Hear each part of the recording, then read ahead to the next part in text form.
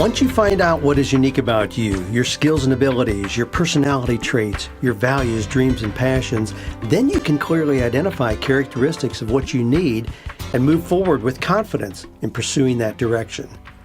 So now we can go into some of the nuts and bolts of the traditional job search process. And to do that, we want to begin by looking at resumes. We want to look at what's required in a resume. What are people going to be looking for in a resume? Let's talk about some things that are what I call myths about resumes to start with. Now here's a myth. I know that a good resume and cover letter will get me a job. Yes, that's a myth. That's not going to happen. Resumes and letters don't get jobs. They advertise for interviews. That's all they do. Just keep that in mind. Resumes simply get you interviews. Interviews get you jobs. You don't want to tell somebody enough on a resume so that they could make an intelligent decision about you. You simply want to whet their appetite so they want to see you in person. Then you have the opportunity to sell yourself personally to the person doing the interviewing. Now here's another myth. The candidate with the best education, skills, and experience always gets the position. We've already talked about what people really respond to, and we know that it's not just education, skills, and experience. There are many factors that go into a hiring decision. Employers interview because they want to see you, how you look, how you interact, how you'll fit into their organization. Recently, my son-in-law, fresh out of college, was interviewing for banking positions. He had no banking experience of any kind, and he knew that the other candidates presented a wide array of banking knowledge and work history. Yet he was offered and accepted the very attractive position.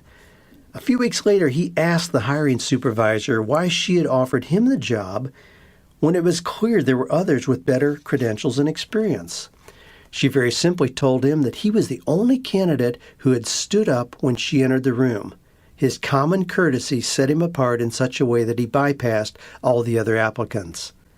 Now here's another myth that we commonly hear.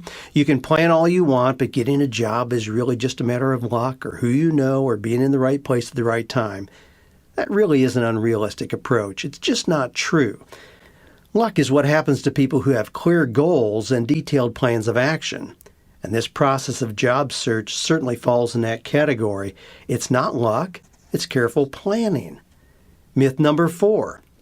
Employers appreciate long resumes because that gives them more information and saves time interviewing. That certainly is not true. Length of resume does not increase your chances of being seen. In fact, it often works against you.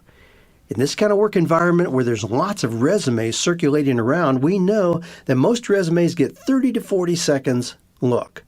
Now you have to be able to communicate clearly in that period of time what your areas of competence are. There would seldom be any reason to go beyond 2 pages in length. Now here's another myth. You need to always put your salary requirements on your resume. Believe me, this can only work against you. I know there are a lot of you responding to ads and may request salary history. My advice is simply to ignore that. Don't respond to it. It can only work against you. Whether high or low, it has no positive purpose in a resume. This is something that has to be negotiated after the employer decides that you're the right person for the job and you decide that's the right position for you. So to disclose in a resume what your salary needs are is simply premature in the process and has nothing positive to add. It can only work against you. Here's another myth. This is one that's usually violated. You should always close a cover letter with something like this. I look forward to hearing from you soon. Please call me at your earliest convenience. Remember, you have to take the initiative. So you're going to want to state at the bottom of the cover letter something like this. I'll call you Thursday morning concerning any questions we may have and to discuss a personal meeting. Or you may want to say, knowing your busy schedule, I'll touch bases with you on Tuesday. And then do that, but stay in the driver's seat. Resumes and cover letters that come through that say, I look forward to hearing from you soon, or please call me at your earliest convenience, in today's job market are just going to be put aside. You have to stay in the driver's seat. You want to end the cover letter with showing where you're going to take the next initiative, not something where you're going to sit back passively and wait.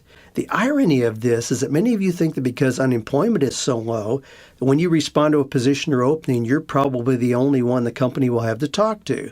No, that's just not the case.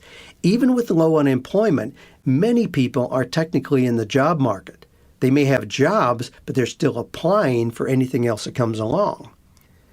Now that leads us to a myth that we may want to comment on, the idea that once you send a resume out, all you do is wait. That's absolutely not true. If you don't take follow-up action, you're not likely to get any results. You have to follow up by phone. How do you design a resume? Many of you have resumes where it shows a nice chronological listing of all the things you have done since you were 15 years old, and that's what you present to people. But in this kind of work environment, recognizing that a lot of you have had multiple job changes or perhaps even gaps in your time, your work history, that can work against you. What you want to do is present yourself in a much more positive way by showing your unique areas of competence. Let me give you some examples. This means right off the bat that I'd like to see what we call a skills summary, where it highlights what are the kind of things you've done. What are the things that you're competent in doing? What that means is that you don't have to have an objective that says, I'd like to get a job with a nice company where I can use my skills and help them reach their company goals. That's not what we want to see. Those bland, generic comments or objectives ought to fit anyone who breathes. Recognizing that the average resume gets, again, that 30 to 40 second look, don't waste your one shot by listing an objective that does nothing to distinguish you from the other 80 people wanting the same position. Let me give you an example of a skilled summary. Here's one. Over 14 years solid and professional selling and management experience. Experienced in planning, organizing, overseeing projects. Knowledgeable in training, supervising, team player in maintaining company policy and procedures. Committed to high work ethics and to attainment of management goals and objectives. Now you see with that, it's very precise and to the point in terms of what your skills are. Underneath that, sure, we like to see your qualifications. You should have 2 or 3 areas where you're very highly competent, things that you can support from your work history. But I'll show you how you can work this to your advantage in a non-traditional way. If you select things like administration, sales, organizational skill, as the areas of competence that you want to support, under administration, you can then pull something from your work experience that you did 10 years ago or 15 years ago if you need to. It does not have to be the most recent thing that you have done. It simply is something that can be supported from your work experience at some point. What you want to do, what you want to present in a resume, are those areas of competence that you want to continue performing. Recently, I worked with a gentleman who for years had been managing a line of drugstores. In that position, it actively reflected on his resume that the primary things he had been responsible for were hiring, training, supervising employees. Guess what he happened to hate more than anything in the world? You're right. Hiring, training, supervising employees. So why would we have that in his resume in a way that is going to set him up to duplicate the same thing? We need to go back to the drawing board and say, what is it that you really want to do in the future? We're going to look at ways to create the future, not just be determined by the past.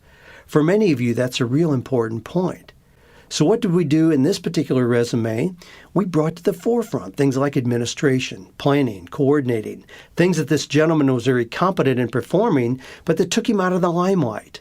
Much less people contact, ways he could operate much more independently, perhaps in an isolated way, which happened to suit him better. Simply showing his personal skills that he had. He was one of those very analytical people that we mentioned earlier. So in your resume, bring to the forefront not just the chronological listing of the things that you've done, but an identification of those areas where you have skill. And in that way, you can present yourself in a way that puts your best foot forward and gives you the opportunities that you're looking for.